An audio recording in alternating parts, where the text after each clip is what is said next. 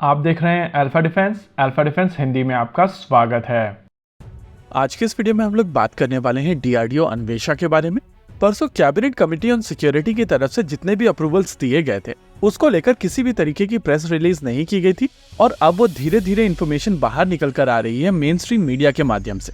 इसी कड़ी में इन्फॉर्मेशन निकल कर आई है स्पेस बेस्ड सर्वेलेंस को लेकर, जहां पर भारत सरकार की तरफ से फेज 3 को अप्रूवल दे दिया गया है।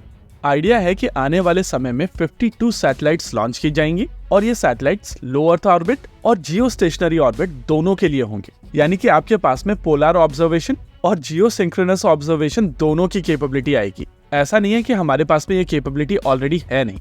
Actually space based surveillance prime minister Atal Bihari Vajpayee की गवर्नमेंट का एक इनिशिएटिव था और उस दौरान इसका फेज 1 एग्जीक्यूट किया गया था, जहां पर 4 सैटेलाइट्स लॉन्च की गई थी। ये सैटेलाइट्स थी Cartosat 2A, 2B, EROS B और रीसैट 2।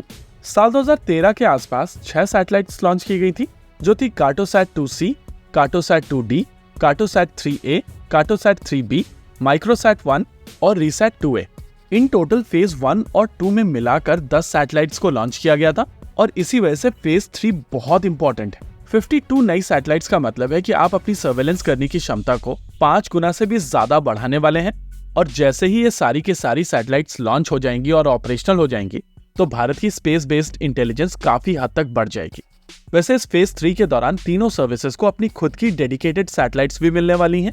इसके अलावा इस पूरे इनिशिएटिव में प्राइवेट सेक्टर कंपनीज को एक पुश दिया जाएगा और इसी वजह से इन 52 सैटेलाइट्स में से 21 सैटेलाइट्स इसरो लॉन्च करेगा, लेकिन 31 सैटेलाइट्स प्राइवेट कंपनीज लॉन्च करेंगे। माना जा रहा है कि इस पूरे फेज 3 के दौरान जो सबसे इंपॉर्टेंट सैटेलाइट डीआरडीओ द्वारा लॉन्च की जाएगी वो डीआरडीओ अन्वेषा होगी, जो बेसिकली एक space born synthetic aperture radar होने वाली है। इस सैटेलाइट के बारे में डिटेल में बात करने से पहले आइए एक बार समझ लेते हैं कि सिंथेटिक अपर्चर रेडार्स काम कैसे करते हैं और क्यों ये सैटेलाइट भारतीय सेनाओं के लिए इतनी इंपॉर्टेंट होने वाली है। देखिए, एक टिपिकल सैटेलाइट जब नीचे देखती है तो वो एक एरिया को कवर करती है, जिसको अभी आपकी स्क्रीन के ऊपर एक कोन के तौर पर दिखाया गया है। इसको अगर ओवर सिंप्लीफाई किया जाए तो इमेजिन कीजिए कि आप खड़े हुए हैं और आपने हाथ में एक टॉर्च पकड़ी हुई है और नेचुरल है कि वो टॉर्च एक स्पेसिफिक एरिया को ही कवर कर पाएगी। लेकिन इमेजिन कीजिए कि आप उस टॉर्च को मूव कर पा रहे हैं और जो चीज आप वहां पर देख रहे हैं वो आप अपने दिमाग में स्टोर कर पा रहे हैं। नेचुरल है कि इस मूवमेंट के चलते आप इस पूरे इलाके की एक फोटोग्राफ अपने दिमाग में बना पाएंगे और कुछ इसी तरीके से सैटेलाइट्स भी इस पूरे इलाके की एक कॉम्प्रिहेंसिव पिक्चर बना पाएगी और इसी प्रिंसिपल पर सिंथेटिक अपर्चर रेडार काम करता है और आपको जो इमेजेस मिलती हैं उनको सार इमेजेस कहा जाता है। नॉर्मली आपके P8I नेपट्यून और MQ-9B जैसे ड्रोन्स सिंथेटिक अपर्चर रेडार्स के साथ में आते हैं और इसी वजह से ये एक बड़े इलाके की अच्छी खासी फोटोग्राफ ले सकते हैं। लेकिन अगर आप वो टॉर्च वाले एग्जाम्पल के ऊपर वापस जाते हैं और इमेजिन करते हैं कि आपने टॉर्च को थोड़ा ऊपर कर लिया है तो नेचुरली आप ज्यादा एरिया को देख सकते हैं।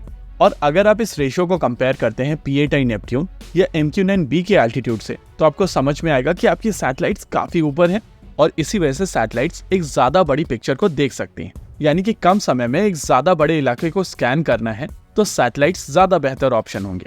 लेकिन अगर आप उस टॉर्च वाले एग्जाम्पल के ऊपर वापस जाते हैं और इमेजिन करते हैं कि आपने टॉर्च काफी ज्यादा ऊपर कर ली है तो आपको जमीन के ऊपर बहुत ज्यादा क्लैरिटी के साथ में चीजें नहीं दिखाई देंगी और ये कमी सैटेलाइट बेस्ड सार इमेजेस के साथ में ऑलरेडी है और सैटेलाइट से ली गई इमेजेस P8I नेपट्यून की इमेजेस जैसी शार्प नहीं होंगी। हालांकि आज की तारीख में इन सैटेलाइट्स के ऊपर जो हाइपर स्पेक्ट्रल पेलोड जाता है वो काफी ज्यादा सोफिस्टिकेटेड होता है और इसी वजह से आपकी इमेजेस काफी क्रिस्प होती हैं।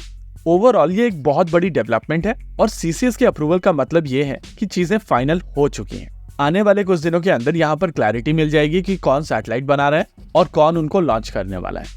इसी के साथ आज के इस वीडियो में रखते हैं केवल इतना ही। वीडियो को अंत तक देखने के लिए धन्यवाद। देखते रहिए अल्फा डिफेंस। जय हिंद।